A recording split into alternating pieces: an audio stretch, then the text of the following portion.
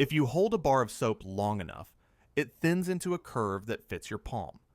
It's an object so ordinary that you forget how strange it is. A substance made from fire, fat, and ash that foams when it meets water and leaves you clean.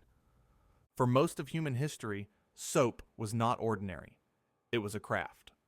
The people who made it worked with caustic lye and rancid tallow in workshops that smelled of smoke and boiling fat. They were artisans more than merchants, their product known more to dyers, healers, and wool processors than to everyday households. And yet, over thousands of years, their trade would grow into one of the most consequential in history. Soap didn't simply change how we wash. It changed public health, cities, empires, and economies. It became currency for governments, a symbol in advertising, and eventually a weapon against disease.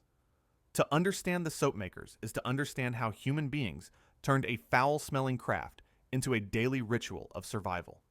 The first soapmakers worked with the dirtiest materials in their world. They boiled down animal fat, raked ash from hearths, and stood over cauldrons that hissed and spat. What they created wasn't pleasant to smell or easy to handle, but it had power. The earliest known formula comes from Babylon, nearly 5,000 years ago. Archaeologists uncovered clay tablets written in cuneiform around 2800 BCE. On one, among lines about woolworking, is a recipe: heat animal fat with ashes and water. The result, they wrote, was used to wash the stones of wool. That phrase is telling. This wasn't a substance for bathing the body.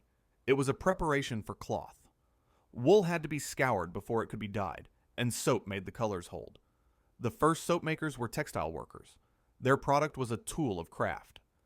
Egypt, centuries later, took soap in another direction. The Ebers Papyrus, a medical text from about 1550 BCE, contains prescriptions mixing vegetable and animal oils with alkaline salts. These included natron, a mineral scraped from the crust of dried lake beds, rich in sodium carbonate. Natron was sacred in Egypt. Priests used it to cleanse their mouths before rituals.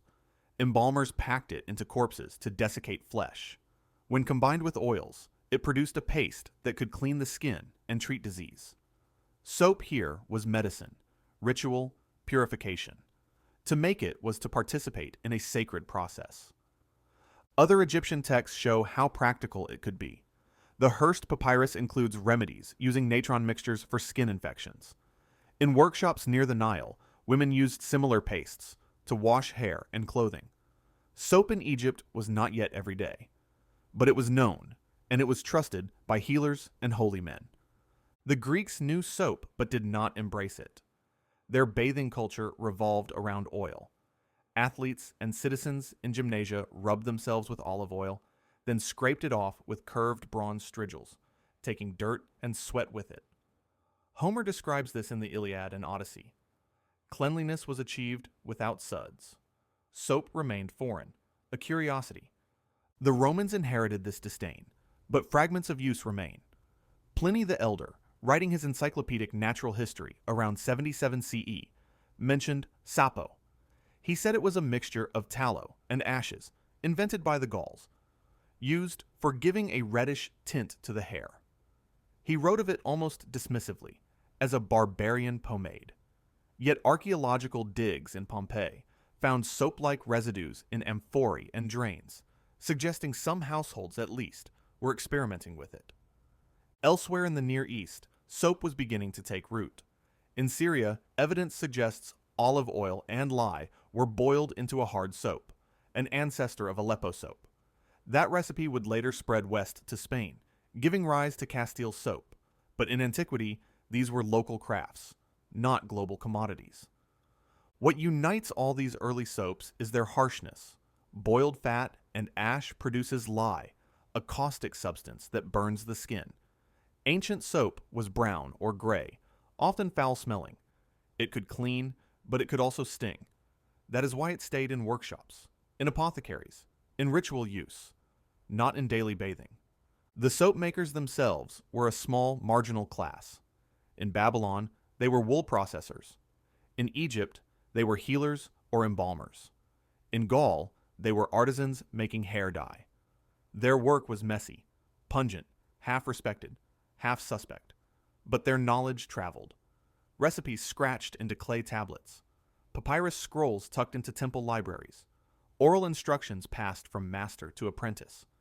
From these beginnings, soap carried a paradox. It was the product of dirt, of ashes and offal, but it promised cleanliness and purity. The contradiction would follow it for millennia. After Rome fell, Europe's great bathhouses went cold. Public bathing, once a mark of civilization, came to be associated with vice and disease. By the early Middle Ages, many cities had abandoned their bath culture altogether. Soap, already marginal, risked disappearing. But it did not. It retreated into smaller spaces. Monasteries, workshops, and laboratories where monks, artisans, and alchemists kept the knowledge alive. In Christian Europe, monasteries became some of the earliest organized producers of soap after antiquity. Records from the 9th century mention soap being made in abbeys along the Rhine. Charlemagne himself issued a decree listing soap among the products subject to trade regulations. Monks boiled animal fats with ash, producing rough bars used to wash linens, hands, and sometimes bodies before rituals. In many monasteries, soap was part of the discipline of cleanliness, not vanity, but purity before God. But soap in medieval Europe was still a harsh thing. Recipes varied by region.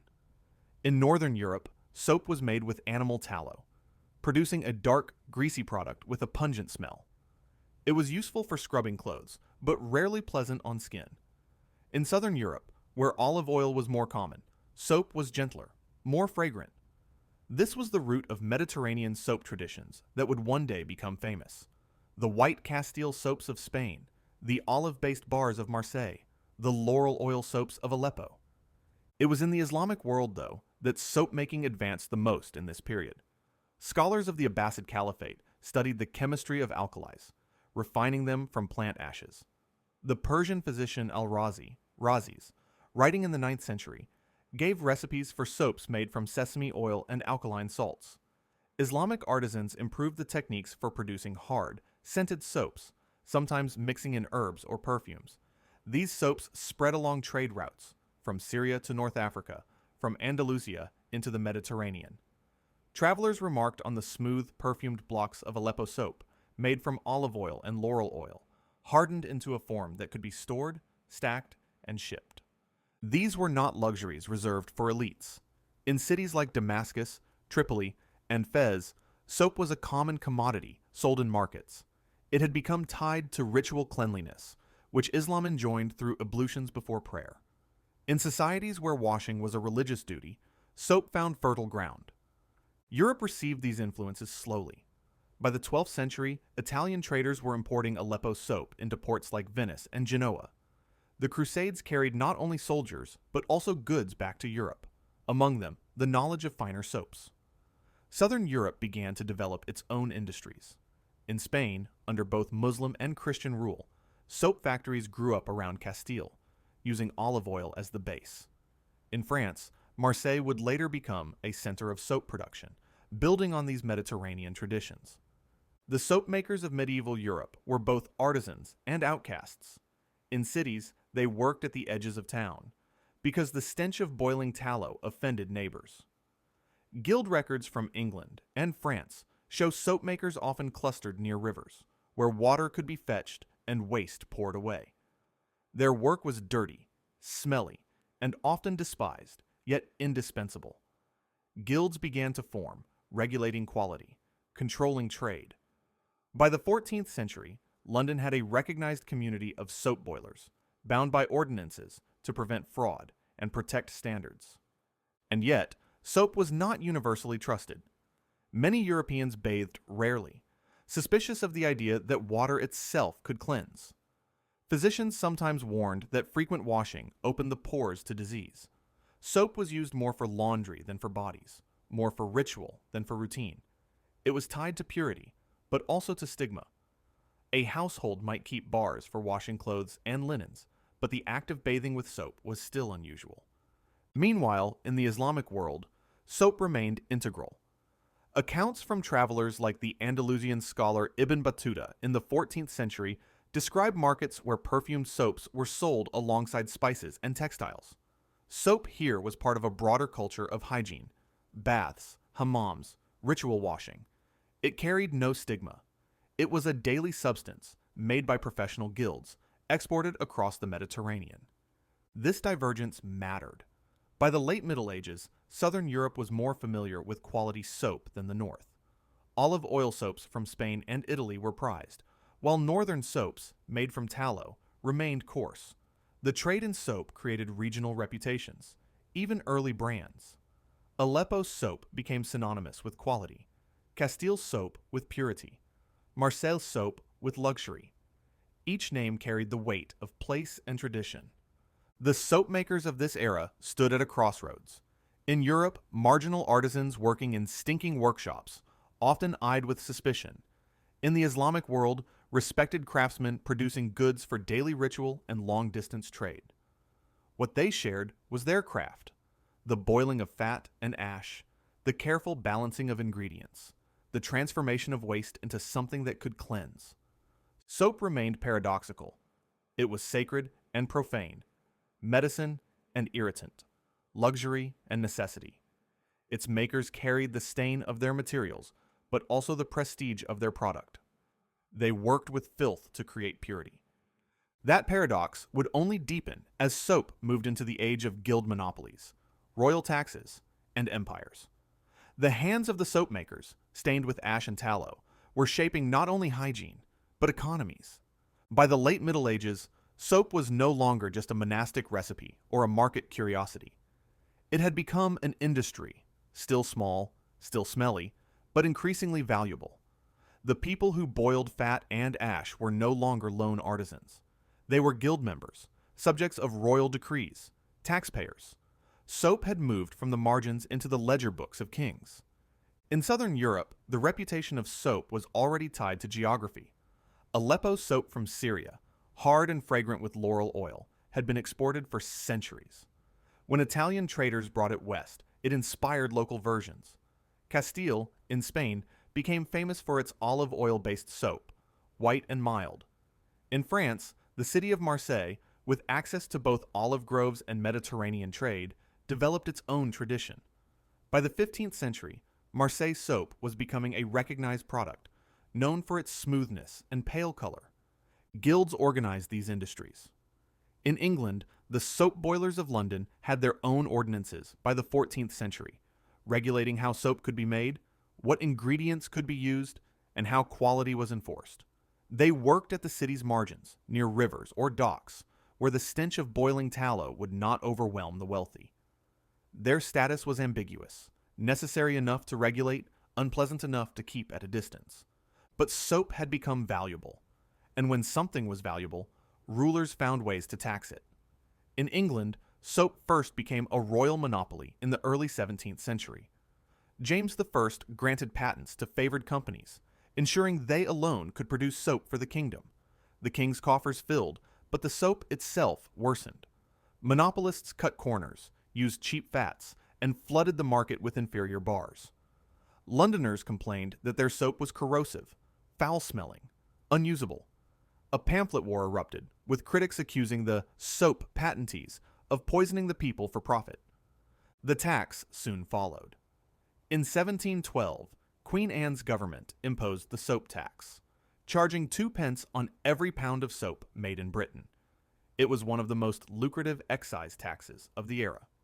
By the 18th century, soap was contributing over £100,000 a year to the treasury, a staggering sum raised penny by penny from households across the kingdom. But the effect was clear. Soap was no longer simply a household good. It was a source of state revenue, its price inflated by law. This tax turned soap into a symbol of class division. The wealthy could afford the softer imported soaps of Castile or Marseille. The poor often relied on coarse, dark soaps made from tallow, or went without. Reformers argued that the tax was literally taxing cleanliness, keeping the working classes dirty.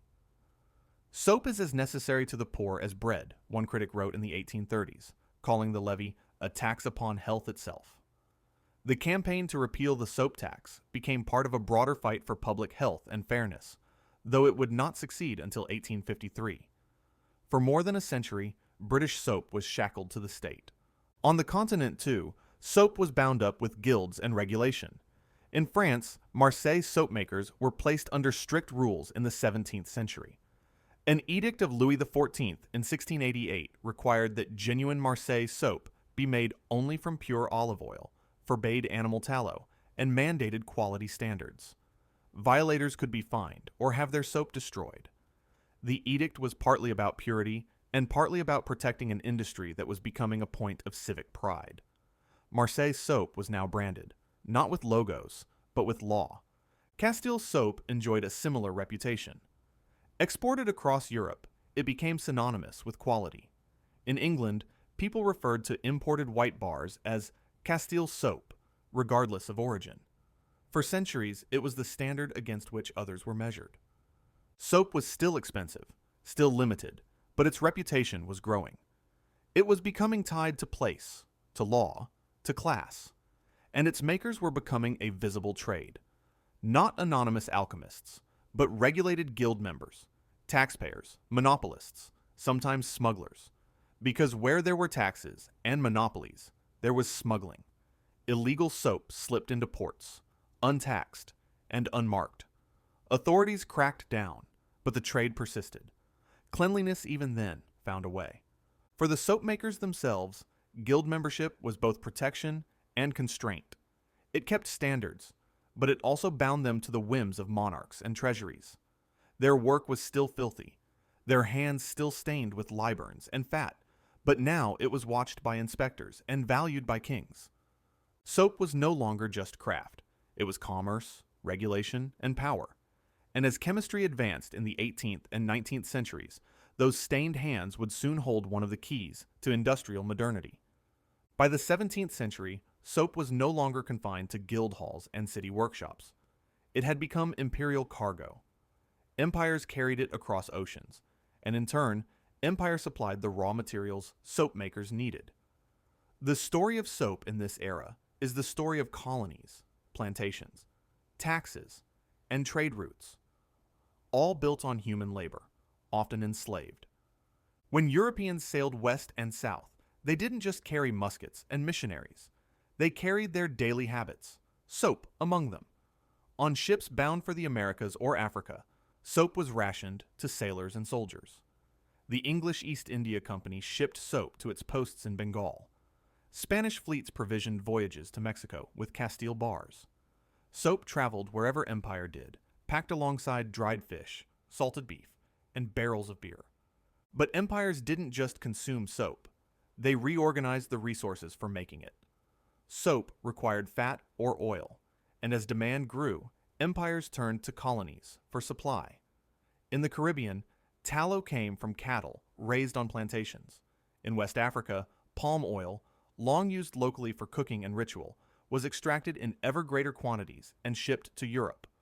By the 18th century, palm oil was becoming a major ingredient in European soaps, prized for the hard lather it produced.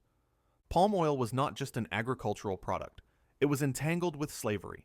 In West Africa, European traders exchanged palm oil for guns and manufactured goods.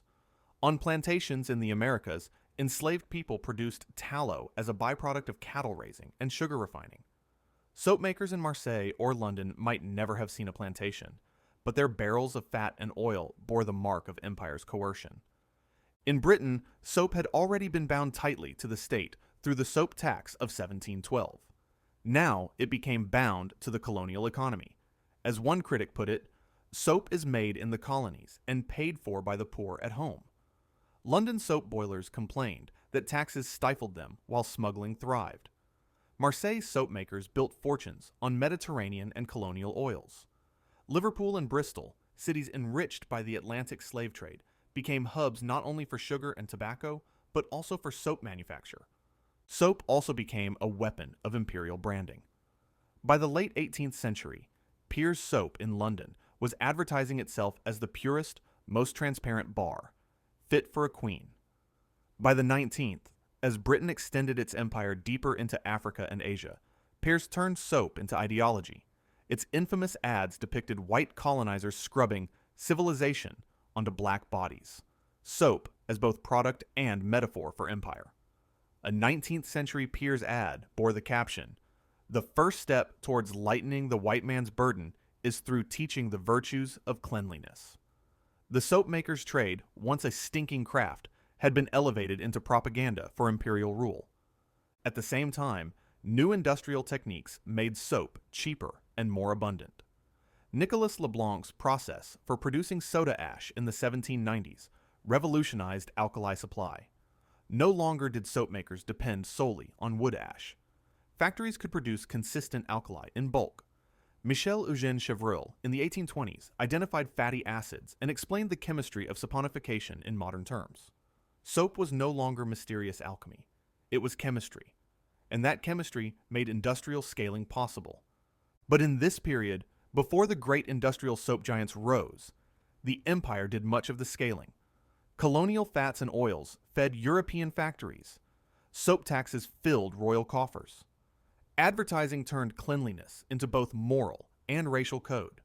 For the soap makers themselves, this was both opportunity and constraint. Marseille's factories grew large, but smaller soap boilers in England found themselves squeezed by monopolies and taxes. In Liverpool, soap manufacture rose alongside the slave trade, tied to the same docks and warehouses. The work remained filthy. Vats of boiling tallow, fumes of lye, hands burned raw, but now it was embedded in global systems of extraction. The soap boiler was no longer just a city artisan. He was part of an empire's economy. Soap had traveled far from its beginnings in Babylonian wool shops. It was now a commodity of ships, colonies, and propaganda. Its makers still stirred fat and ash, but the fat came from Caribbean plantations, the oil from West African groves, the alkali from modern chemistry, and the bars they produced carried not just lather, but the weight of empire. For thousands of years, soap makers worked by feel. They boiled fats and ashes until something useful appeared. The results were uneven, often harsh, sometimes dangerous. There was no theory, only practice. But in the late 18th and 19th centuries, soap entered a new world, the world of modern chemistry. The turning point came with a French surgeon's son, Nicolas Leblanc. In 1791, during the turbulence of the French Revolution, Leblanc patented a process for producing soda ash from common salt. Until then, alkali, the critical ingredient for soap making, came from wood ashes or imported barilla, burnt seaweed, and plant ash from Spain and the Canary Islands. Supplies were inconsistent, prices unstable. Leblanc's method produced sodium carbonate on an industrial scale, cheaply and reliably. The implications were enormous. Soap makers were no longer bound to forests or imported barilla. They could scale production in factories, confident of their alkali supply. French industry seized the process, but Leblanc himself never prospered. Revolutionary politics stripped him of his patent. His works were seized, and he died in poverty. Yet his process lived on, powering an industrial transformation. A generation later, another Frenchman gave soap its scientific foundation. Michel Eugène Chevreul, a chemist working in Paris in the 1820s, studied fats at the molecular level. He discovered that fats were composed of distinct fatty acids bound to glycerol. When treated with alkali, these bonds broke, releasing glycerin and producing the salts of fatty acids we call soap. This was saponification, explained in modern chemical terms for the first time. Chevreul's work did more than satisfy curiosity. It allowed soap makers to refine recipes with precision. They could predict outcomes, measure inputs, adjust proportions. Soap was no longer alchemy. It was chemistry. His discoveries also opened the door to glycerin as a valuable byproduct, later used in explosives, medicine, and cosmetics. What had once been waste became another revenue stream. Together, Leblanc and Chevreul redefined the soap maker's world. Factories could be built at scale, their vats fed by industrial alkali, their processes guided by chemical theory. No longer was the soap boiler a marginal artisan working by smell and sight. He was now part of a scientific industry, his craft transformed into modern manufacture.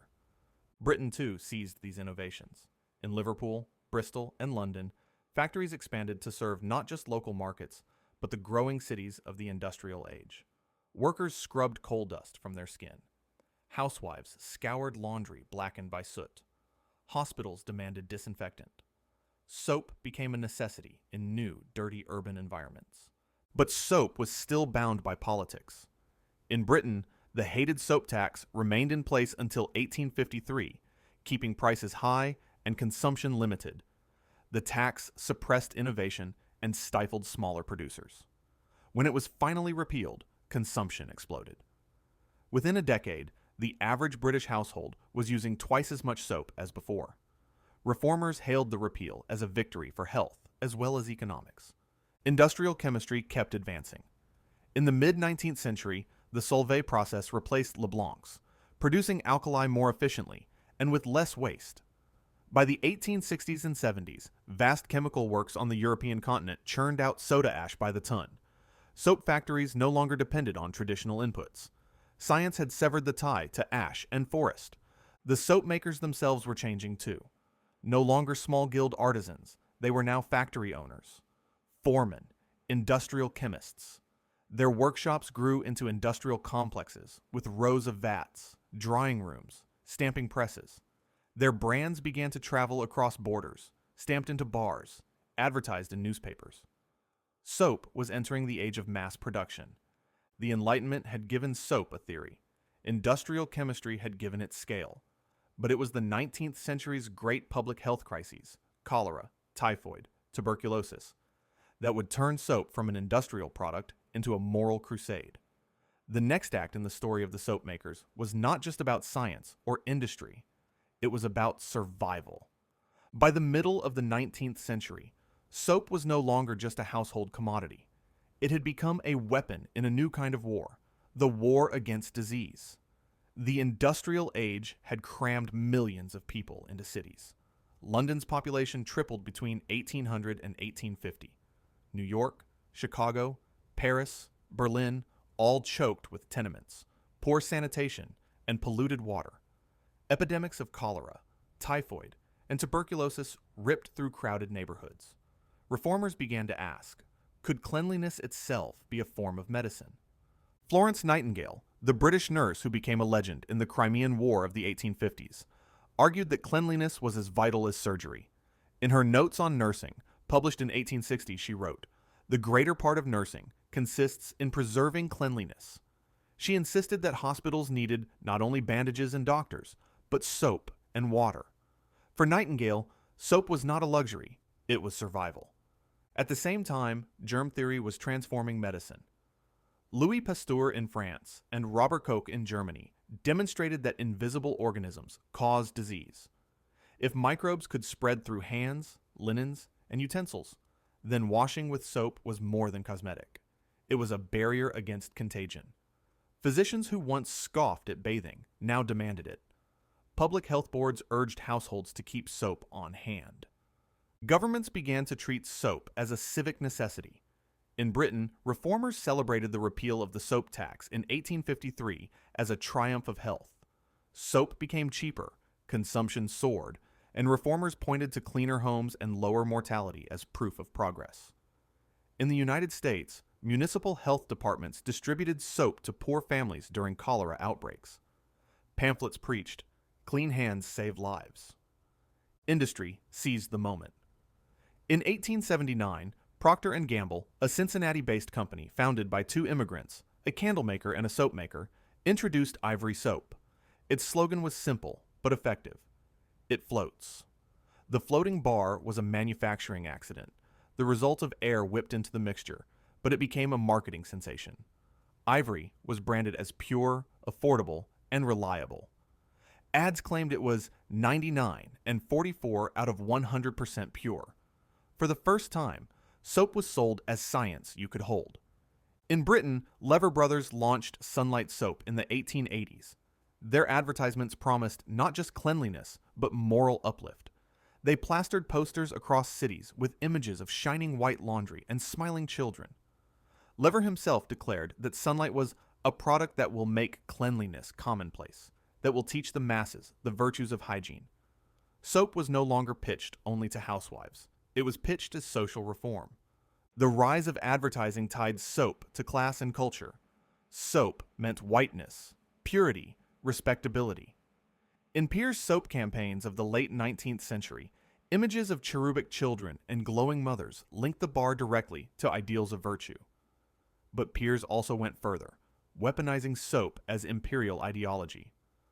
One infamous ad from the 1890s showed a white man washing a black child, captioned, "The first step towards lightening the white man's burden." Soap was now entangled, not only with health, but with empire and race. Behind the marketing, production was exploding. Factories in Britain, France, and the United States produced thousands of tons annually. Workers tended vats the size of small rooms, pouring in soda ash, fats, and perfumes. Bars were stamped with logos, cut to size, wrapped in paper. Soap was shipped by rail and steamer to colonies and cities alike. By the dawn of the 20th century, global soap consumption had doubled and doubled again. Public health officials cheered. Infant mortality, long tied to dirty milk bottles, and unwashed hands fell in places where soap became common. During World War I, military manuals required soldiers to wash with soap daily, linking personal hygiene to national strength. By the 1920s, soap was no longer optional in Western households. It was expected, a sign that you were civilized, respectable, modern. And yet, for all its triumph, soap still carried shadows. The raw materials often came from colonial exploitation. Palm oil from West Africa, coconut oil from Southeast Asia, tallow from cattle in South America. Soap was saving lives in Europe and America, but it was built on systems of extraction abroad. The soapmaker had changed utterly. No longer a monk in a cloister or an artisan by a riverbank, he was now a factory worker, a chemist, a brand manager. His product was mass-produced, advertised in newspapers, sold in millions. Soap was health. Soap was empire. Soap was business. The transformation was complete, from craft to industry, from medicine to marketing, from local workshop to global commodity. And the stakes would rise even higher in the 20th century, when chemistry created not just soaps, but synthetic detergents that would change the market again. By the middle of the 20th century, soap seemed permanent. It had survived guild monopolies, taxes, revolutions, and epidemics. It was mass-produced, advertised, and woven into culture. But the soap that humanity had known for thousands of years, fat and alkali boiled into a bar, was about to be challenged by something new. The catalyst was war. During World War I, shortages of fats and oils pushed chemists to find substitutes. The old formula required tallow, coconut oil, palm oil, olive oil, all disrupted by wartime blockades. German scientists, cut off from imports, experimented with petrochemicals. From coal and petroleum, they derived compounds that could clean like soap, but were not technically soap at all. These were synthetic detergents. At first, detergents were military tools. They cleaned uniforms, machinery, and medical equipment. After the war, they trickled into civilian life. But it was World War II that cemented their place. Once again, fats and oils were scarce. Once again, chemistry filled the gap. Companies like Procter & Gamble in the United States developed powdered detergents that dissolved in water and foamed vigorously. In 1946, P&G introduced Tide, marketed as the world's first heavy-duty synthetic detergent. Tide was revolutionary. Unlike traditional soap, which could leave scum in hard water, detergents worked anywhere. They lifted grease more effectively, rinsed cleaner, and didn't depend on agricultural fats. Housewives embraced it. Within a few years, Tide dominated American laundry rooms. Soap, after millennia as the universal cleanser, had been displaced in its own domain. The shift was rapid. By the 1950s, detergents were outselling soap in many countries. Bars for laundry gave way to powders, and, later, liquids. By the 1970s, dishwashing detergents and shampoos had joined the family. Soap for personal washing survived. Bars like Dove and Ivory still filled bathrooms. But for clothes, dishes, and industry, synthetics ruled. Globalization accelerated the change. The same corporations that had once dominated soap P&G, Lever Brothers, which became part of Unilever, Colgate-Palmolive, now dominated detergents. Their factories spanned continents. Their advertising crossed borders. Tide became as familiar in Manila as in Milwaukee, Omo as common in Lagos as in London. The soap makers were no longer local craftsmen.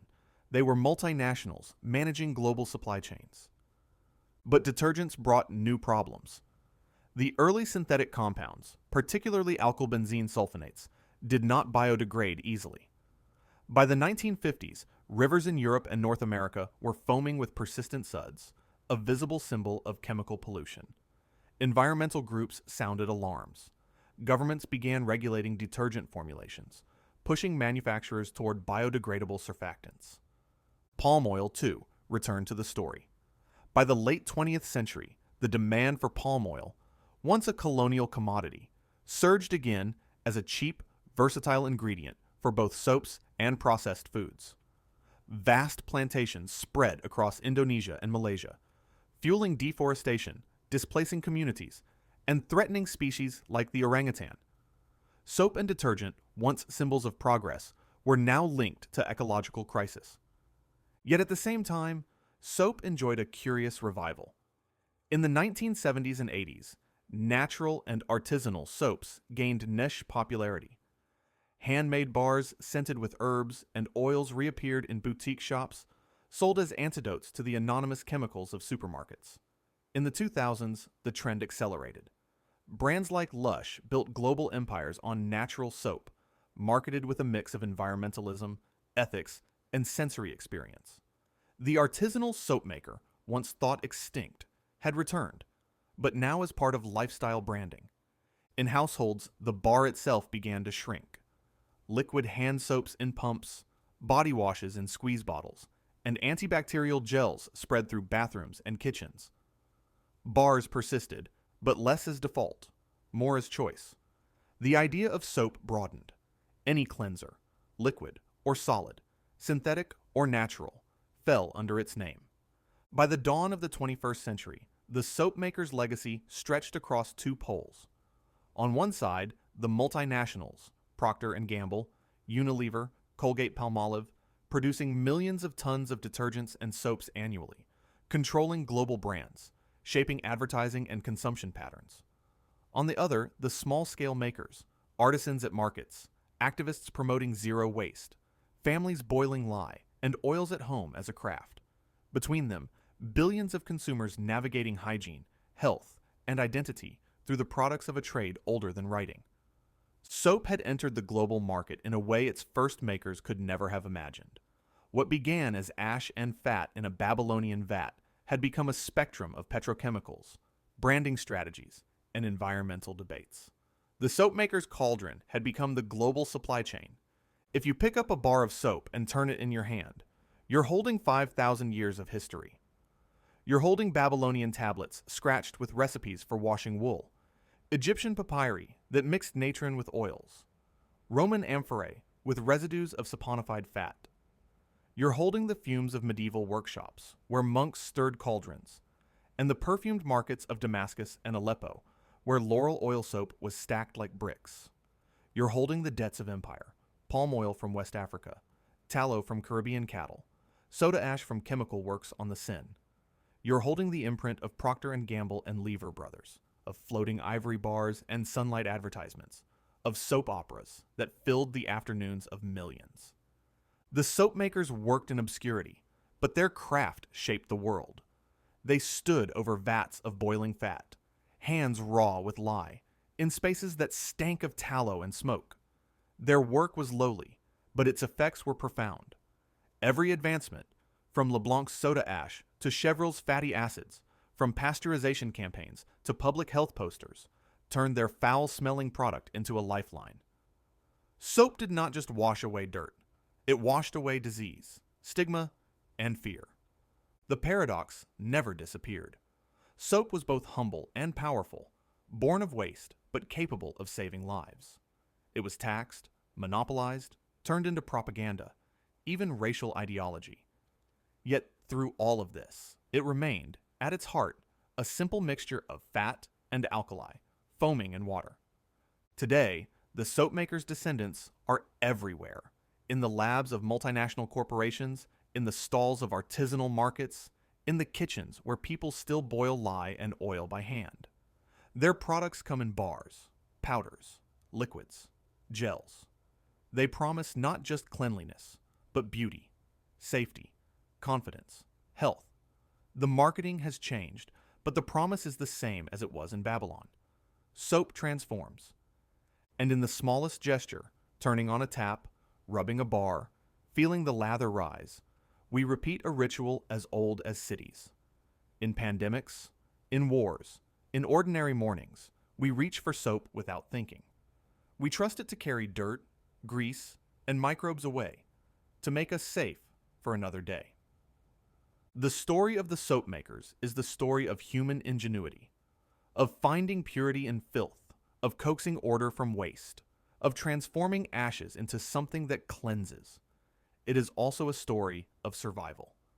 Long before antibiotics, before vaccines, before modern medicine, soap was one of the simplest, cheapest, and most effective ways to save lives. So, while you're still holding a bar of soap in your palm, know that you hold the quiet labor of countless makers, from Babylonian dyers to French chemists, from colonial factories to modern labs. You hold the story of how a foul craft became an everyday ritual, unnoticed but indispensable. This was their story, from the soap makers.